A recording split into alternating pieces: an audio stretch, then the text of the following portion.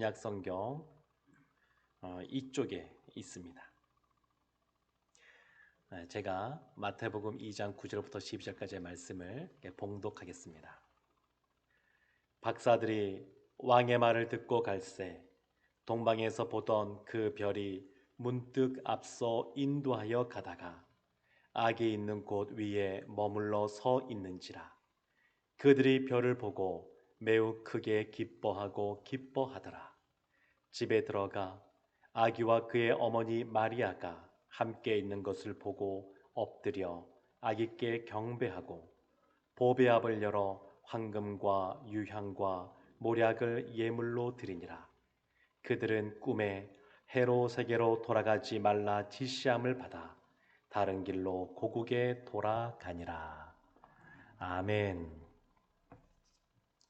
2020년 올해 코로나 때문에 여러 가지 어려움도 많이 있었지만 우리나라 아이돌 그룹 중에서 BTS라고 하는 그러한 남성 아이돌 그룹이 미국의 빌보드 차트 1위에도 오르는 그러한 인기를 누렸습니다. 블랙핑크라고 걸 그룹, 여성 아이돌 그룹도 굉장히 인기를 누리고 있는데요. 이러한 아이돌 그룹 보게 되면 아주 굉장히 중요한 사람이 있는데 그 사람이 누구냐면 소위 센터라고 하는 사람입니다. 가운데 딱 서서 중심을 잡아주고 또 이렇게 그 역할을 감당하는 이 센터가 있는 것을 볼 수 있습니다. 그런데 이런 성탄절에도 이러한 성탄을 맞이해서도 이 센터가 있습니다. 센터. 요즘은 점점 시대가 지나가면서 이 성탄절 때 가정 중심의 그러한 모임들도 많아지게 되고 또한 연인들도 여러 가지 또 약속들을 많이 잡고 시간들을 보내는데 이 성탄의 센터는 누구냐면 중심은 누구냐면 예수님입니다. 예수님. 제가 초등학생 때 주일학교 다닐 때 교회에서는 성극을 했었는데 오늘 본문에 등장하는 이 동방박사 관련된 그러한 성극을 했었습니다. 이 동방박사 이 성극에 관련해서 이 주연이라고 할 수 있는 센터라고 할 수 있는 주연은 마리아와 아기 예수 그리고 이 동방박사들 1, 2, 3 이런 사람들이 나름 주연이라고 할 수 있는데 저는 단역까지는 아니고 조연인 여관의 주인 역할을 했던 것이 기억이 납니다. 네. 스스로 나름 주요한 조연이다라고 생각을 했습니다만 근데 저보다 약간 더 단역에 해당되는 사람이 누구였냐면 별 역할을 하는 사람이었습니다. 별을 들고 이동하는 사람. 대사 한마디 없는. 근데 그 당시에는 이러한 별이 이 단역이라고 생각을 했는데 지금 생각해 보니까 어떤 의미에서는 굉장히 중요한 센터 역할을 이 별이 하는 것이었습니다. 이것이 동방박사 오늘 나오는 이 이야기의 내용들인데요. 예수님께서 오늘 이 본문 가운데 예수님이 어떤 분이신지가 굉장히 중요하게 도드라지고 있습니다. 오늘 본문은 단 한 가지를 아주 분명하게 드러내고 있는데 그것이 뭐냐면 예수님이 왕으로 오셨다라는 것입니다. 예수님이 왕으로 오셨습니다. 모든 이 오늘 본문과 또 앞에 나오는 2장 1절부터 시작되는 이 모든 이야기가 다 예수님이 왕으로 오심에 초점을 맞추고 있습니다. 그래서 오늘 그 본문 앞에 나오는 2장 1절 이 사건이 시작되는 그 처음 구절을 보게 되면 마태복음 2장 1절 이렇게 기록되어 있습니다. 헤롯 왕 때에 예수께서 유대 베들레헴에서 나심에 동방으로부터 박사들이 예루살렘에 이르러 말하되 지금 베들레헴이 등장합니다. 베들레헴은 예루살렘으로부터 남쪽으로 만 16km 정도 떨어져 있는 곳인데 작은 동네입니다. 작은 동네. 다윗이 이곳 출신이거든요. 베들레헴이 다윗의 고향이었음에도 불구하고 지금까지 그 예수님이 탄생하시기 전까지 베들레헴이 별로 그렇게 중요한 곳이 아니었습니다. 그냥 작은 그러한 마을일 뿐이었습니다. 그런데 오늘날 우리가 다 알고 있는 것처럼 이 베들레헴은 굉장히 중요한 곳이 되었습니다. 이유는 단 한 가지입니다. 베들레헴이 작은 마을이지만 아주 중요한 마을이 된 것은 예수님이 탄생하셨기 때문에 그렇습니다. 예수님이 왕으로 오신 예수님께서 그곳에서 태어나셨기 때문에 아주 중요한 것을 볼 수 있습니다. 이것은 우리도 마찬가지인 것 같습니다.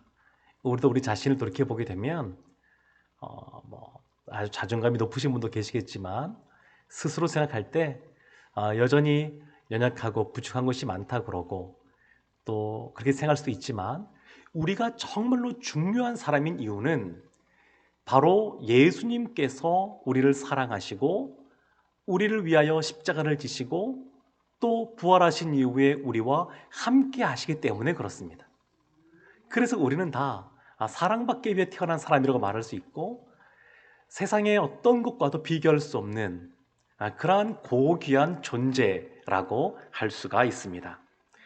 이것은 어떤 세상의 가치와 하나님 나라의 가치를 아주 대조적으로 잘 보여주는 그러한 것이라고 할 수 있습니다. 세상에서는 나름대로의 자신감 이런 것들이 있지 않습니까? 여러 가지 세상에서 요구하는 스펙이 있다든지 또 여러 가지 재물이 있다든지 명예가 있다든지 이런 것이 있으면 세상적인 그러한 자신감이 생기게 되는데 예수님께서 아주 작디 작은 이 마을에 그리고 마국간에 구유에서 태어나셨다. 이런 것을 보게 되면 이러한 세상적인 어떤 이러한 자신감들은 우리가 낮아져야 되고 그리고 하나님 안에서 거룩한 자존감은 우리가 새롭게 세워져야 되고 높아져야 될 줄로 믿습니다. 예수님께서는 왕으로 오셨습니다. 왕으로. 마태복음 2장 5절과 6절에는 이렇게 말씀이 기록되어 있습니다. 이르되 유대 베들레헴 이오니 이는 선지자로 이렇게 기록된 바 또 유대 땅 베들레헴아 너는 유대 고을 중에서 가장 작지 아니하도다. 내게서 한 다스리는 자가 나와서 내 백성 이스라엘의 목자가 되리라 하였음이니이다. 베들레헴에서 예수님께서 태어난 것은 그냥 갑자기 태어난 것이 아닙니다. 이미 미가서 5장 2절에서 예언된 것입니다.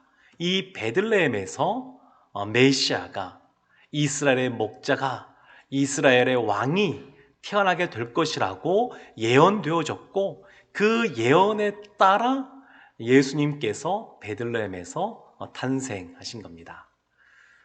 그런데 오늘 사건을 보게 되면 나름대로 또한 주연 역할을 하는 사람이 한 사람 등장합니다.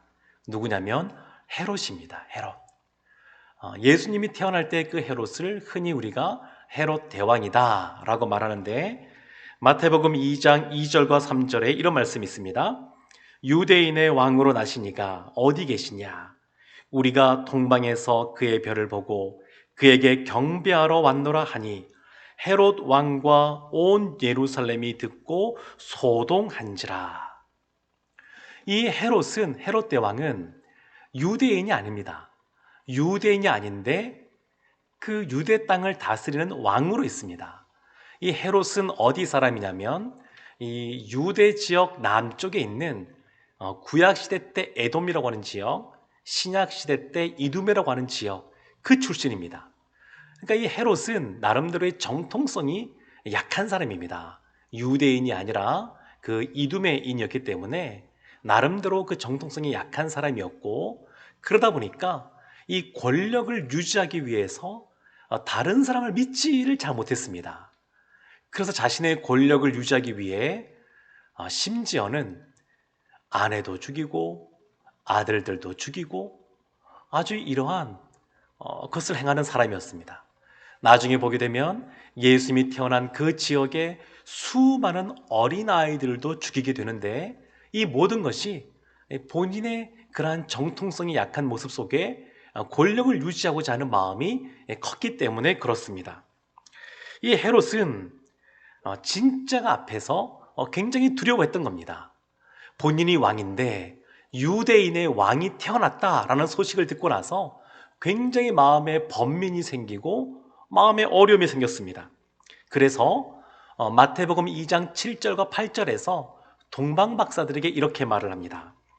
이에 헤롯이 가만히 박사들을 불러 별이 나타난 때를 자세히 묻고 베들레헴을 보내며 이르되 가서 아기에 대하여 자세히 알아보고 찾거든 내게 구하여 나도 가서 그에게 경배하게 하라. 동방 박사가 찾아왔는데 그에게 가만히, 이 말은 은밀하게거든요. 가만히, 은밀하게 말을 하는 겁니다. 마태복음에서 이 가만히, 은밀하게 이 단어가 딱 2번 등장합니다. 같은 단어가 2번 등장하는데 첫 번째는 요셉에 관련돼서 등장합니다.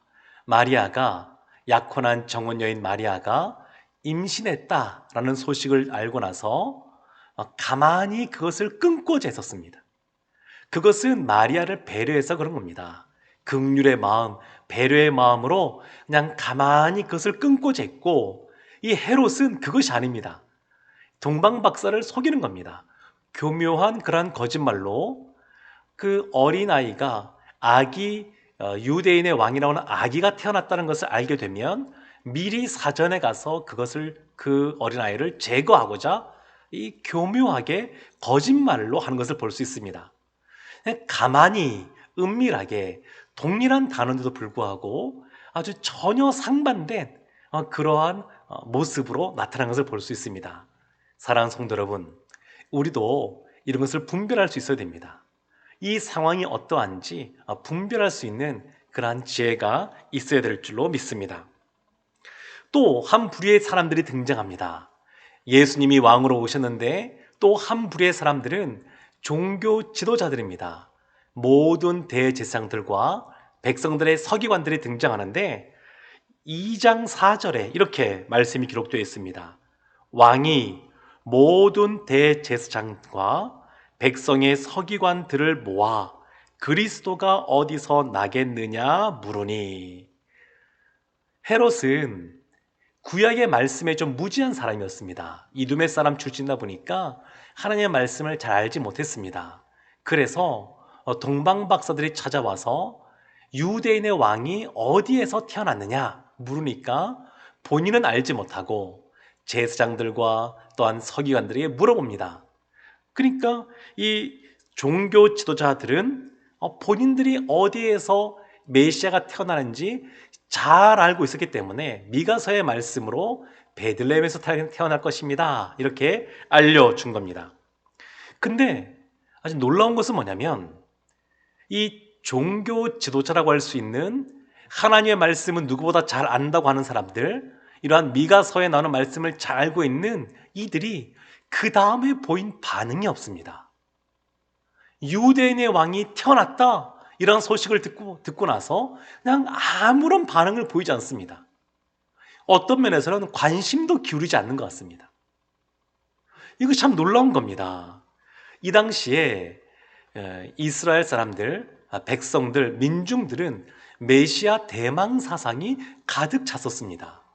로마의 그러한 압제 가운데 있는 우리가 독립하기 위해서 그러한 우리를 구원할 수 있는 메시아가 오기를 갈망하는 마음들이 컸었는데 정작 지도자에 있는 사람들은 거기에 무관심한 것을 볼 수 있습니다. 사랑하는 성도 여러분, 하나님의 말씀에 대한 지식이 많다 그래서 믿음이 큰 것이 아닙니다. 하나님의 말씀을 많이 알고 있다 그래서 우리가 그 말씀대로 살아가는 것은 또한 별개의 그러한 일인 것을 볼 수가 있습니다. 아무리 우리 가운데 신앙적인 또한 신학적인 그러한 지식들이 많이 있다 한다 할지라도 어쩌면 이러한 대제사장들과 또 서기관들처럼 유대인의 왕, 만왕의 왕, 메시아가 오셨다라고 하는 이러한 말씀을 듣고도 무덤덤할 수도 있습니다. 이 코로나 상황 속에서 우리가 함께 모여 예배를 드리기 어려우니까 더더군다나 그럴 수 있는 여지들이 있는 것을 볼 수가 있습니다. 그래서 이러한 성탄과 또 연말 연초를 맞이하여서 우리가 우리의 신앙을 좀 더 이렇게 돌이켜 보아야 됩니다. 우리 주일학교 학생들도 이 시간에 함께 우리가 예배에 참여해서 함께 우리가 온 가족 예배로 지금 성탄절 예배를 드리고 있는데 우리가 다시 한 번 더 우리를 돌이켜보는 이 연말이 되었으면 좋겠습니다. 다음 주에 1월 첫 주에 신년 특별 새벽 기도회가 있습니다. 예전에는 신년 부흥일을 가졌었는데 그걸 갖기는 좀 어렵고 새벽에 특별 새벽 기도를 가지려고 합니다. 우리가 이러한 성탄절 예배를 통하여 또한 송구영신 예배를 통하여 또한 신년 특세 이런 걸 통하여 다시 한 번 더 우리를 좀 점검했으면 좋겠습니다. 우리가 주님 앞에 얼마나 믿음으로 반응하고 있는가. 안타깝게도 이 제사장들과 또 서기관들은 아무런 반응을 보이지 않는 것을 볼 수 있습니다. 그리고 오늘 이 본문의 사건에서 진짜 주인공이라고 할 수 있는 주연이라고 할 수 있는 사람들이 있습니다. 동방박사들입니다. 동방박사들. 이 동방박사들은 예수님께서 이 땅에 오셨다라고 하는 소식을 듣고 별을 보고 경배하기 위하여 예루살렘까지 왔습니다. 이들은 동방에서 온 사람들입니다. 동방, 동쪽이죠. 그래서 어딘지 정확히 모르지만 바벨론에서, 페르시아에서, 어떤 사람이 인도까지도 말하는 사람들이 있는데 대체적으로는 오늘날 이란에 해당되는, 그 땅에 해당되는 페르시아, 거기에서 오지 않았을까 싶습니다. 이 사람들은 별을 보고 왔기 때문에 별을 잘 아는 아마 천문학자들이었을 겁니다. 그리고 이 사람들은 지혜로운 사람들이고 그 당시에 로마의 황제에 비할 바는 아니지만 나름 또 사람들에게 인정받고 지위가 있고 그리고 예물을 가지고 올 만큼 뭔가 부도 있는 그러한 사람들이었습니다. 근데 그들이 특별한 별을 바라보고 여행을 시작하는 겁니다. 그 먼 길, 그 험한 그런 길을 그냥 꼬불꼬불한 길들 또 마른 광야 이런 길들을 지나서 예루살렘까지 왔습니다. 그들의 목적은 분명합니다. 그것은 성경에 나와 있듯이 경배하기 위해서 그렇습니다. 아기 예수께 경배하기 위하여 그들이 이제 여행을 하면서 예루살렘까지 도착을 했습니다. 10절의 말씀 보게 되면 아주 특별하게 이런 구절이 있습니다. 그들이 별을 보고 매우 크게 기뻐하고 기뻐하더라.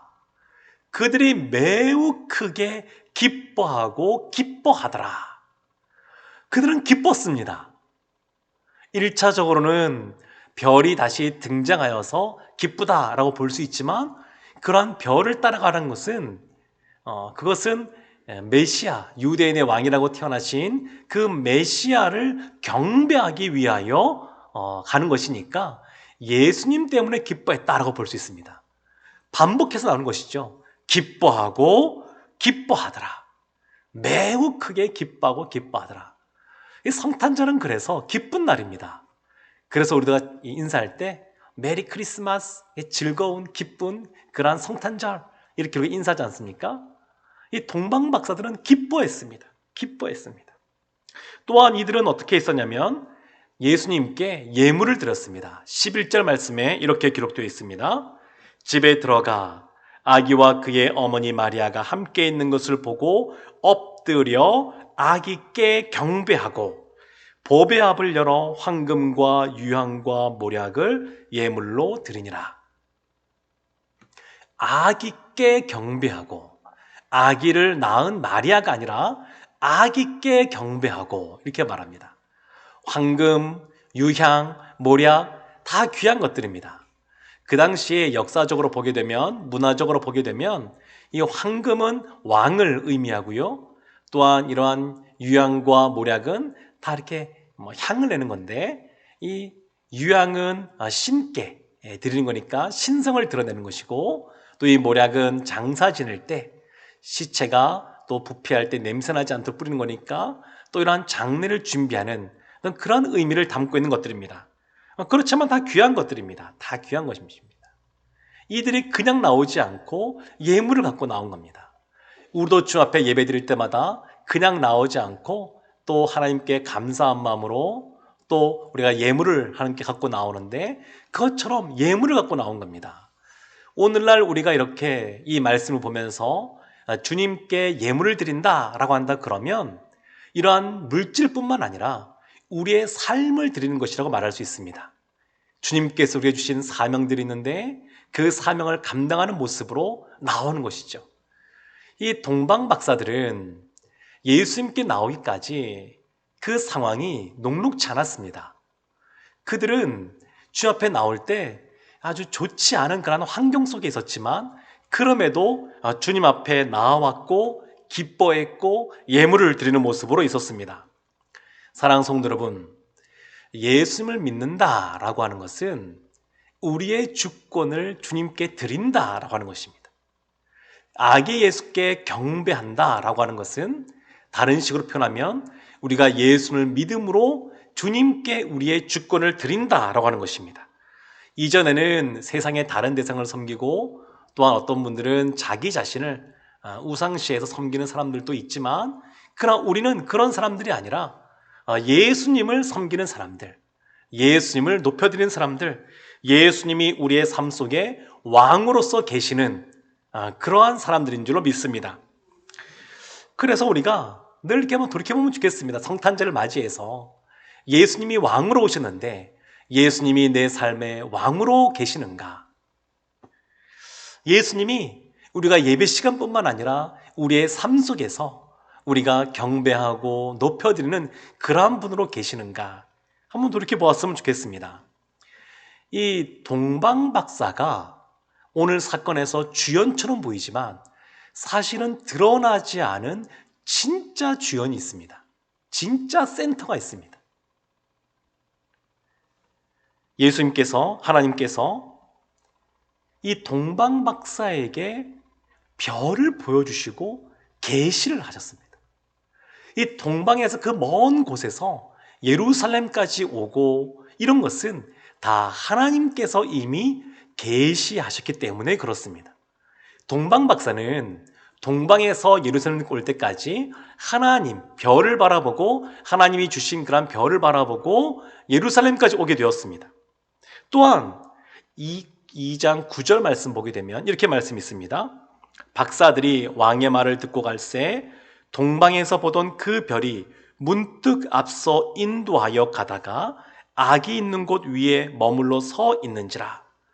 예루살렘에서 베들레헴으로 갈 때에도 이 별이 등장하여서 인도합니다. 동방에서 예루살렘까지, 예루살렘에서 베들레헴까지 하나님께서 인도하고 계신 것을 볼 수 있습니다. 심지어 12절 말씀 보게 되면 이때는 꿈에 나타나십니다. 꿈에 나타나셔서 예수님을 경배하고 그 다음날 일찍 헤롯 왕을 만나러 가는 것이 아니라 다른 길로 동방으로 돌아갈 수 있게끔 하나님께서 인도하시는 것을 볼 수가 있습니다. 그러니까 하나님께서 첫 출발점도 그리고 전환점도 그리고 마지막 순간까지도 인도하신 것입니다. 하나님이 주도권을 가지시고 하나님이 이끌어 가고 계십니다. 그런데도 감사한 것은 뭐냐면 이 동방 박사들이 그러한 인도하심에 순종했다는 겁니다. 처음부터 끝까지 동방 박사들은 다 순종하는 모습으로 있습니다. 하나님이 이끄시고 인도하시는 대로 따라서 순종하는 모습으로 나아갑니다. 말씀하신 하나님, 그 말씀에 순종하는 동방 박사들, 이 아름다운 모습이 오늘 본문 속에 나타나고 있습니다. 근데 동방 박사들은 정말로 상황이 좋지 않았습니다. 우리가 지금 코로나19 때문에 상황이 좋지 않은 것처럼 이들도 상황이 좋은 상황이 아니었습니다. 하나님이 동방 박사들에게 보여주신 것은 별 하나입니다.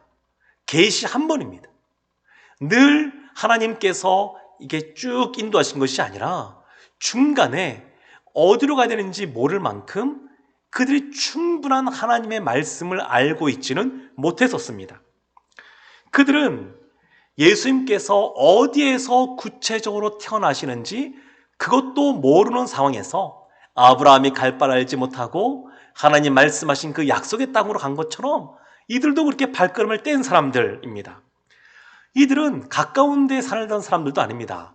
페르시아라 그러면 한 1500km쯤 떨어져 있는데 그 길을 그 옛날에 오랜 시간이 걸려서 왔어야만 됐었습니다. 시간에 대한 그런 대가 지불이 너무 큽니다. 이들이 그럼에도 불구하고 예수님께 나온 겁니다. 또 그들은 예수님이 누구신지 구체적인 정보도 없었던 사람들입니다. 정확히 알지 못했습니다. 세례 요한이 그 다음에 오실 분을 예비하는 삶을 살았는데 구체적으로 누군지를 몰랐습니다. 그러나 하나님 말씀하신 그 한 사람, 그 사람을 위하여 준비하는 그런 삶을 살았습니다. 그리고 한 번 더 생각해보면 동방박사들이 예수님께 나와서 경배한 것이 실제로 그들의 삶에 어떤 유익이 있었을까? 현실의 삶에 그들에게 어떤 유익이 있었을까? 생각해보면 별로 떠올려지지가 않습니다.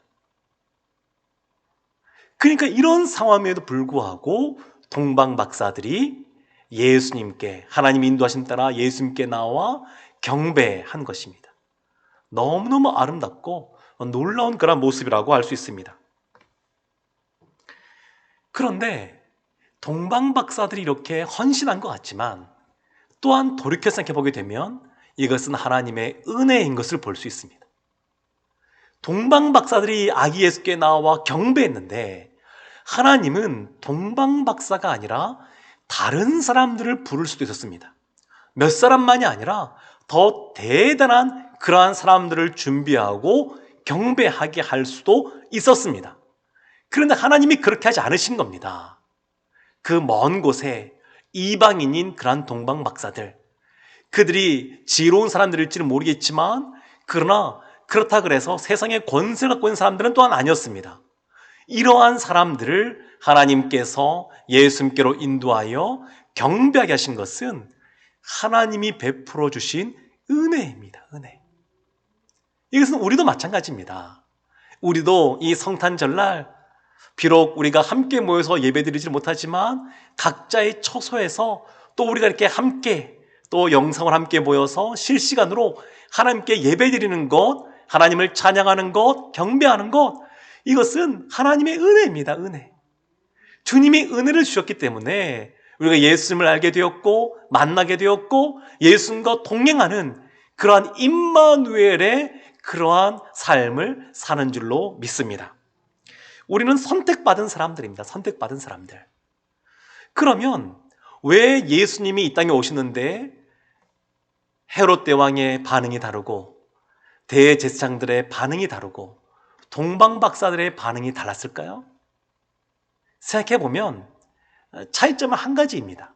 그것은 그들의 마음밭입니다. 마음밭. 마음밭이 길가와 같은지 돌짝밭과 같은지 가시떨기와 같은지 좋은 밭과 같은지 그 마음의 차이입니다. 이들이 예수님께서 왕으로 오신 것에 대해서 다 기뻐하고 즐거워하고 경배하는 삶을 사는 것이 맞는 것 같음에도 불구하고 마음밭이 길가와 같으면 또 돌짝밭과 같으면 제대로 하나님 앞에 믿음으로 반응하지 못하는 것을 볼 수 있습니다. 예수님이 제자들에게 마태복음 28장 16절과 17절에 이렇게 말씀하십니다. 11 제자가 갈릴리에 가서 예수께서 지시하신 산에 이르러 예수를 배웁고 경배하나. 예수님께서는 이 제자들이 경배하기를 원하셨습니다. 이것이 마태복음 마지막에 있는 부분인데 마태복음 처음 시작하는 오늘 본문의 말씀에서도 이 동방박사들이 아기 예수께 경배한 것처럼 마태복음 맨 마지막에도 예수님은 제자들이 예수님을 경배하고 예배하기를 원하셨습니다. 그리고 이것은 그들만이 아니라 우리에게도 해당되는데 빌립보서 2장 10절과 11절 이런 말씀이 있습니다. 하늘에 있는 자들과 땅에 있는 자들과 땅 아래에 있는 자들로 모든 무릎을 예수의 이름에 꿇게 하시고 모든 입으로 예수 그리스도를 주라 시인하여 하나님 아버지께 영광을 돌리게 하셨느니라. 아멘.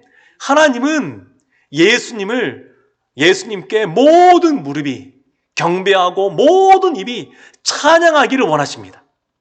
우리도 그러기를 원하십니다. 우리도 그 예수님께 경배하며 찬양하며 예배드리기를 하나님께서 원하십니다. 사랑하는 성도 여러분, 이렇게 주님 앞에 경배하며 나갈 수 있는 것 주님이 주신 은혜입니다. 은혜. 우리를 선택하여 부르시고 우리에게 하나님의 자녀가 되는 권세를 주셨고 담대하게 주 앞에 나아가 주님을 찬양하게 하신 것 큰 은혜입니다. 큰 은혜. 동방박사들이 큰 기쁨으로 기뻐하고 기뻐했던 것처럼 오늘 성탄절인데 이 성탄을 맞이하여 예수님 때문에 크게 기뻐하고 즐거워하시는 우리 성도들 되시기를 주님의 이름으로 축원합니다. 아멘. 기도하겠습니다. 하나님, 우리를 사랑하여 주셔서 이 땅에 아기 예수님을 보내주시고 그리고 그 예수님께 경배할 수 있도록 저희를 선택하여 불러주셔서 감사를 드립니다. 그 은혜에 감사하고 감격하여 우리가 온 마음과 뜻과 정성을 다하여 하나님을 찬양하고 경배하는 하나님의 자녀들 되게 하여 주시옵소서. 예수님의 이름으로 기도합니다. 아멘.